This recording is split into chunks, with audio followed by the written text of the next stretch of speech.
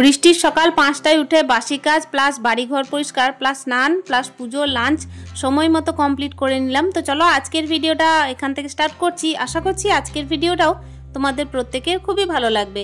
তো hello everyone, good morning, welcome back to my channel. আশা করছি সকলেই খুব ভালো আছো। বীরভূম জেলার ছোট্ট একটা শহর থেকে আমি শুধু আবারও চলে এসেছি নতুন দিনে নতুন আরও একটা ব্লগ নিয়ে। তো সাথেই থাকো আমার। আজকে হচ্ছে সোমবার দিন মানেই হচ্ছে দেখো বাবা শিবের পুজো। যেহেতু শ্রাবণ মাস, আর শ্রাবণ মাস মানেই হচ্ছে বৃষ্টিরও সময়, তাই একেবারে কিন্তু বৃষ্টিটা পড়ছে না সেটাও বলবো না, সারা রাত জুড়েই বৃষ্টি হয় আমাদের এখানে। সন্ধ্যা থেকে আরম্ভ হয় বেশিরভাগটাই, আর একেবারে চলে সকাল পর্যন্ত। তো এই টাইমে কিন্তু বৃষ্টিটা কম আছে। আমি কিন্তু ভোর 5টায় উঠে পড়েছিলাম, আর ভোর 5টায় উঠে টুকিটাকি কাজ ছিল সেগুলোকে সেরে দেখো প্রথমেই কি করতে এসেছি জানো তো, ঘড়ির কাঁটা এখন বাজে মোটামুটি ওই 5:30। এই টাইমে আমি ফুল তুলতে চলে এসেছি। আসলে ব্যাপার হচ্ছে আজকে তো সোমবার, কোনো ফুলই পাওয়া যায় না ঘরের মধ্যে, বাইরে তো কোনো ফুলই পাচ্ছি না। আর এই যে ঘরের ভেতরে ফুলগুলো তুলছি, এটাও কিন্তু তুলছি একটু বেছে বেছেই জানো তো। মানে কি বলতো, এই যে বৃষ্টির কারণে না ফুলটা ইদানিং কম ফুটছে, আর বাইরের দিকে যদিও বা অনেক ফুটেছিল তো সেগুলো কিন্তু বাইরের লোকরাই নিয়ে চলে গেছে। তো ওই খুঁজে খুঁজে ফুল তুলতে হয়েছে আর কি। তবে আমাদের বাড়িতে যে পরিমাণের ফুল হয় তাতে কিন্তু খুঁজে খুঁজে বের করলেও মোটামুটি অনেকগুলোই ফুল। আর কেউ যদি না নিয়ে যায় তাহলে তো বলতেই হবে না যে কত পরিমাণের ফুল হয় আমাদের বাড়িতে। তো চলো সে নয় হলো অন্য কথা, ওইদিকে তো ফুল টুল তুলে আমি ভালোভাবে কিন্তু ভালো জায়গায় রেখে চলে এসেছি। এরপর ঘর দোরগুলো একটু পরিষ্কার পরিচ্ছন্ন করে নেবো। আসলে কি বলতো, সকাল থেকে তো ঝাঁটা তো ধরতেই হয় এমনিতে আমাকে কিংবা হচ্ছে মাকে। তো আজকে দেখতেই পাচ্ছ ওইদিকে কিন্তু মা পুজোর বাসন ধুতে গেছে, আর আমি এদিকে ঝাঁটটা দিয়ে নিচ্ছি। আজকে যেহেতু সোমবার মানে আমি যে তাড়াতাড়ি উঠেছি তা নয়, আসলে ছেলের স্কুল থাকলে কিন্তু একটু হন্তদন্ত লেগেই যায়। আবার কি জানো তো, আমাদের এখানে না জলের খুবই সমস্যা হচ্ছে, যেহেতু আমাদের বোরিংটা ধসে গেছে, তাই কিন্তু বাইরে থেকে জলও নিয়ে আসতে হচ্ছে। এত কিছুর মধ্যেও কিন্তু দেখো সংসারে কাজ বাজও করতে হয়। আর আজকে সকাল থেকে কিন্তু এদিকে সংসারে কাজ বাজ তো চলছেই। আবার আজকে হচ্ছে শিব পুজো, আজকে হচ্ছে শ্রাবণ মাসের 3য় সোমবার, তো সেই হিসাবে কিন্তু পুজোটাও ভালোভাবে সেরে নিতে হবে। তো চলো এই তো দেখতেই পাচ্ছ ঝাঁটটা দিয়ে নিচ্ছি। এদিকে কিন্তু অনেক ঝুলও হয়েছে বাড়িতে, তবে আজকে ঝুল ঝাড়বো না, যেহেতু শিব পুজো বলেই ঝাড়বো না। তবে হ্যাঁ, মাথার মধ্যে কিন্তু স্নান করতেই হবে আর শ্যাম্পু নিতেই হবে। কেন জানো তো, আমার না এদিকে দেখছি মাথার মধ্যে অনেক নোংরাও জমছে। যেহেতু কি বলতো, এই যে বৃষ্টির কারণে জলের একটু মানে আমাদের বাড়িতে সমস্যা হচ্ছে, আর জল বয়ে বইতে এত কাজ করা সম্ভব নয়, মানে মাথার মধ্যে শ্যাম্পু নেওয়া সম্ভব নয়। কিন্তু ওই যে বললাম জলের যেহেতু সমস্যা, তাই পাশের বাড়ির বৌদিরা কিন্তু অনেকবারই ডাকে, তবে খুব একটা যাওয়া হয় না। আর আজকে কিন্তু ভেবেছি তাদের বাড়িতে গিয়েই কিন্তু মাথার মধ্যে শ্যাম্পু করে নেবো। প্রত্যেকটা বাড়িতেই দেখবে সকাল সকাল উঠে গেলে না কাজগুলো সকাল সকাল হয়ে যায়, আর মনে হয় কি যে অনেক এক্সট্রা টাইমও থাকে হাতে। এদিকে তো কাজগুলো করছি, কাজ করতে করতে এদিকে দেখলাম একটা মাকড়সা ছুটে বেড়াচ্ছে, তো ওটাই আর কি একটু বের করার চেষ্টা করছিলাম। আর এই তো দেখতেই পাচ্ছ ঝাঁট দেওয়া আমি কমপ্লিট করে দেবো, তবে বাইরে ঝাঁট দেওয়া কমপ্লিট করা দেখানো সম্ভব নয়, একেবারে স্নানটা সেরে নেবো। আর ওই যে বললাম বৃষ্টির মরশুম, তো আমাদের এখানে কিন্তু বৃষ্টি কোনোভাবেই থামছে না। আজকে শিব পুজো, মাথায় স্নান টান করে একদম চলে এসেছি দেখো ঠাকুর ঘরে একদম মন ভরে ভক্তি ভরে পুজোটা দিয়ে নেব। আর কতগুলো ফুল তুলেছি তোমাদেরকে দেখাই। আসলে কি জানো তো, এই যে ভোর 4টে থেকে এতটা মানে ফুল তোলার আমাদের বাড়িতে ধুম চলে আসে না, যে কি বলবো, ঘরের লোক তো পাই না সেরকম একটা ব্যাপার হয়ে যায়। ফুল বাইরের লোকেই কিন্তু ফুল নিয়ে চলে যায়, কখনো কখনো রাগও হয়। আবার কি বলবো, মানে ওই যে গাছ মুড়িয়ে যদি নিয়ে চলে যায় না, তখন একটু কষ্ট হয় এই যা। তো চলো তার সত্ত্বেও যে কি পরিমাণের ফুল আছে আমাদের বাড়িতে সেটাই দেখাই। এদিকে কিন্তু দেখো কোনো পুজো পাঠ হলে না ফুল দিয়ে আর কি ভগবানকে একটু ভালোভাবে সাজিয়ে গুছিয়ে পুজো দিতে কার না ভালো লাগে। তবে কি বলতো, যদি ফুলগুলোকে একটু রয়ে সয়ে তোলে না তাহলে ভালো লাগে। এগুলো আর কি ভেতর দিকে পেয়েছিলাম, বাইরে কিন্তু একটাও ফুল পাইনি। ঘর সংসারের কাজ বাজ সামলে ছেলেপিলে সামলেও কিন্তু একজন গৃহিণীর অনেক শখই থাকে। সেই শখগুলোর মধ্যে কিন্তু আমার একটা মুখ্য শখ বলতে পারো এই যে গাছ লাগানো, তারপর হচ্ছে একটু ফুলের চারাগুলোকে একটু ভালোভাবে যত্ন করা। তো তার মধ্যে দিয়েই কিন্তু আমি নিজের খুশি খুঁজে পাই। কথা বলতে বলতে দেখো অনেক কথাই বলে ফেলছি। এদিকে কিন্তু ঠাকুরের বাসনগুলোকে ধুয়ে নিয়ে চলে এসেছিলাম। তো এই ঠাকুরের বাসনগুলোকে ধুয়ে নেওয়ার পর আমি এই যে ভোলে বাবাকে দেখো নামিয়ে দিয়েছি নিচে বলতে কি বলতো, যেখানে আমি প্রদীপ জ্বালি সেখানেই। আসলে এখানে কিন্তু পুজোটা দিতে না বেশ সুবিধা হয়। আর ওই যে একটা রেলিং দেওয়া আছে তো আমাদের ঠাকুরগুলোর ধারে ধারে, তো সেই হিসাবে কিন্তু আমার মনে হয় যে ওখানে একটু অসুবিধাই হয়। তো এখানে আমি একবার পুজোটা সেরে নেবো, তারপর কিন্তু বাবা ভোলেনাথকে আমি ওপরে যখন বারকি বসাবো তখন কিন্তু ভালোভাবে পুজোটা দিয়ে নেবো। তো চলো এই তো দেখতেই পাচ্ছ দুধ গঙ্গা জল তো আজকে সেভাবে পাইনি, শুধুমাত্র গঙ্গা জল দিয়ে পুজো দিলাম। দুধওয়ালা কাকু না আসেন অনেক দেরিতে আসেন, মানে মোটামুটি ওই 12টা। তো 12টার সময় পুজো দেওয়া খুবই মানে অসম্ভব ব্যাপার, যেহেতু আমার ছেলের স্কুল থাকে। আর স্কুল থাকলে বুঝতেই পারছো স্নান টান দিয়ে পুজো টুজো করে তারপর তো আমি রান্নাঘরে যাই। রান্নাঘরে এই যে নানা ধরনের জিনিস ঘেটে ঘুটে একাকার করার পর আর কোনোভাবেই ঠাকুর সেবা করতে ইচ্ছে করে না। ওই জন্য সকাল সকালই কিন্তু আমি পুজো করা একদম খুবই পছন্দ করি। সকাল সকাল পুজো করলে মনটাও ভালো থাকে। স্নান টান সেরে যখন ঠাকুর ঘরে যায় না, তখন কিন্তু একটা আলাদাই আর কি আধ্যাত্মিকতা জন্ম নেয় মনের মধ্যে, বলতে পারো। আমার তো মনে হয় এটা। তো কথা বলতে বলতে এই তো দেখতেই পাচ্ছ আজকে আমি কিন্তু ছেলেকে স্কুল পাঠিয়ে তারপর দেখো রান্নাঘরে তোমাদের সামনে এসেছি।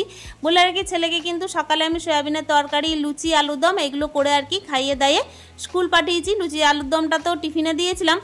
আর আমার শাশুড়ি মা কালকে মাছের টক বানিয়ে রেখেছিলেন, তো সেটা কিন্তু রাখাই আছে আপাতত। মানে কি বলতো, আমার হাজব্যান্ড আসছেন, আর আজকে যেহেতু আমি শিব পুজো করেছি তাই তো আমার খাওয়া দাওয়ার কোনো ব্যাপার নেই এগুলো।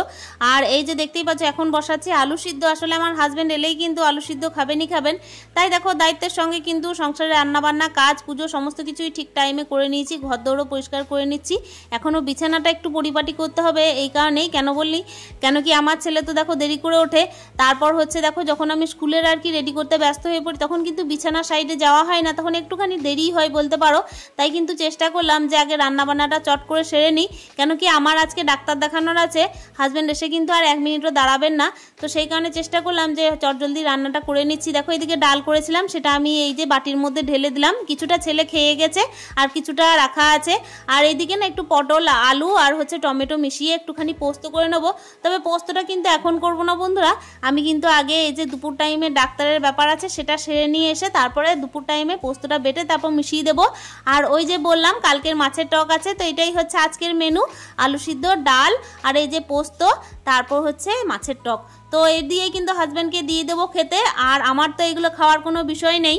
আমাদের এখানে যে পরিমাণে বৃষ্টি হচ্ছে, আসলে কি বলো তো, ভয়েস দিতে দিতেও কখন যে বৃষ্টি চলে আসছে তার কিন্তু কোনো নিশ্চয়তা নেই। যে টাইমে আমি ভয়েস দিতে আরম্ভ করেছিলাম সেই টাইমে কোনো রকমের কোনো বৃষ্টি ছিল না, কিন্তু যে টাইমে আমি ভয়েস দিতে দিতে মাঝপথে চলে এসেছি সেই টাইমে কিন্তু বৃষ্টি মানে মুষলধারে আরম্ভ হয়ে গেছে। আবার মেঘ ডাকতেও শুরু করেছে। আসলে অনেকক্ষণের অপেক্ষা করার পরও কিন্তু যখন দেখলাম বৃষ্টি কমছে না, আবার বিদ্যুৎও চমকাচ্ছে, তারপর দেখছি যে যখন আর কি ভয়েস দিতেই হবে তখন আবারও দেখো চলে এসেছি। অনেক জায়গায় শুনছি বৃষ্টি হয়নি, কিন্তু আমাদের বীরভূম সাইডে যে কোন দিন বৃষ্টি হচ্ছে না সেটা কিন্তু বলতে পারবো না। মোটামুটি প্রত্যেক দিনই একদম মুষলধারে বৃষ্টি হচ্ছে। আর এই বৃষ্টির মধ্যেই সংসারে কাজবাজও করতে হচ্ছে, আবার ঘর সংসারটাকে একটুখানি পরিষ্কার পরিচ্ছন্নতা মেনটেনও করতে হচ্ছে। তো চলো টেবিলটাকে পরিষ্কার করে নিয়েছি, ওইদিকে তো রান্নাঘরটাও আমি গুছিয়ে নিয়েছি। তবে হ্যাঁ বলতে পারি যে আমি এখন পর্যন্ত মানে রান্নাঘরে গ্যাসটা মুছিয়ে নিই। ওই যে বললাম ডাক্তার দেখানোর বিষয় আছে, তাই প্রথমেই চেষ্টা করলাম রান্নাঘরের সমস্ত কাজ সেরে নিতে। তো চলো এরপর কিন্তু রান্নাবান্না সেরে দেখো চলে এসেছি এই যে বিছানাটা পরিপাটি করতে। আমার হাজব্যান্ড কিন্তু ফোনে বলেছিলেন যে তুমি খাওয়া দাওয়া করে নিও। আসলে কি বলো তো, একা একাই তো থাকি, সেই কারণে যখন আর কি হাজব্যান্ড আসেন তখন যদি 3টেও বেজে যায় বেলা, তখনও কিন্তু মনে হয় কি একসাথেই বসে খাই। তবে আমি কিন্তু একা একা খাইনি, আমি কিন্তু ওনার কথা আজকে শুনিনি, আমি একসাথেই বসে খেয়েছিলাম। আর উনি যখন এসেছিলেন তখন ঘড়ির কাঁটায় মোটামুটি বাজে ওই 12:30। তো ওই টাইমের আগেই কিন্তু আমি কাজ বা সংসারে সেরে নিয়েছি। এই টাইমে যখন আমি দেখতেই পাচ্ছ বিছানাটা রেডি করছি তখন ঘড়ির কাঁটায় বাজছে মোটামুটি ওই 11:30 মতো। আমার কিন্তু সমস্ত কিছুই কমপ্লিট হয়ে গেছে। ওই যে বললাম ভোর 5টায় উঠে কিন্তু সংসারে কাজবাজ করে নিয়েছি বলেই কিন্তু মোটামুটি সমস্ত কিছু কমপ্লিট করে ফেলেছি। তো চলো এই যে দেখতেই পাচ্ছ সমস্ত কিছু বিছানার যা সমস্ত জিনিস ছিল সব কিছু নামিয়ে আমি সুন্দর করে বিছানাটাকে আবার নতুন করে পারছি। আর ওই যে বৃষ্টির কারণে এতটাই অবস্থা খারাপ যে কিভাবে যে ডাক্তার দেখাতে যাব সেটাও একটুখানি চিন্তার বিষয়। যাই হোক, যে টাইমে আর কি বৃষ্টিটা কমবে সেই টাইমে বাইক নিয়ে যাব। আর আমার হাজব্যান্ড না একেবারে টোটোতে যেতে আর কি পছন্দ করেন না, বাইকে যেতেই আর কি পছন্দ করেন। তো ওই কারণে আমি কিন্তু এমনিতে টোটোতেও যাচ্ছি না। আসলে টোটোতে গেলেও ভিজতে হবে আর বাইকে গেলেও ভিজতে হবে। তবে বাইকে গেলে কোথাও কোথাও আর কি দাঁড়াতে পারবো, এই যে আর এই যে টুকিটাকি কাজ আরও এক্সট্রা থাকে সেগুলোও সেরে নিতে পারবো। তবে দেখা যাক দুপুর টাইম কতটা বৃষ্টি থাকে। ইদানিং জানো তো এই বৃষ্টির কারণে সংসারে কাজে বাজে একটুখানি ব্যাঘাত ঘটলেও আমরা যেহেতু হাউসওয়াইফ সেহেতু কিন্তু করে নিতে বাধ্য। আর তার সঙ্গে আমাদের মধ্যে এমন একটা কিছু ট্যালেন্ট আছে যেগুলো কিন্তু আমাদেরকে যে কোনো কাজে আর কি পারদর্শী করে তোলে। তো চলো বিছানাটা আমি সুন্দর করে গুছিয়ে নিয়েছি। সুন্দর করে গুছিয়ে নেওয়ার পরে এই যে দেখো বিছানার কানাগুলোকে একটু ভালোভাবে আর কি অ্যাডজাস্ট করে নিচ্ছি। আর কি বলো তো, এই যে বালিশগুলোকে ঠিকঠাক করে না সাজিয়ে রাখলে না একদম বিছানা দেখতে ভালো লাগে না। আর এই তো নতুন বালিশের কভার তো সেই দিন পরানোই হয়েছে, এটা মোটামুটি 4-5 দিন হবে পরিয়েছি, তাই এখন তো চেঞ্জ করার কোনো বিষয় নেই।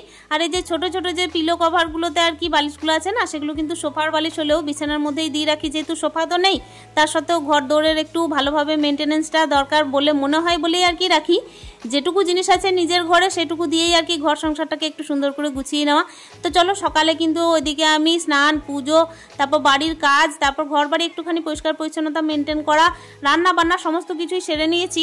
হাজব্যান্ড একটু আগেই ফোন করেছিলেন যে মোটামুটি স্টেশন থেকে নেমে গেছেন, তবে ওনার আস্তে আস্তে ওই বললাম যে 12:30 বেজে যাবে। একবার ওই যে ডাক্তারের কাছেও যেতে হবে, কতক্ষণের নামটা আর কি পাওয়া যাবে সেই খবর নিতে। তো চলো বিছানাটা সুন্দর করে পরিপাটি করে নিয়েছি, আমি দেখতেই পেলে এদিকে চাদরটাও সুন্দর করে ভাঁজ করে নিয়েছি। আর এই যে শেষ বেলাকার কাজ বিছানা গুটানো, সেটা হচ্ছে মশারিটা সুন্দর করে ভাঁজ করে নেওয়া।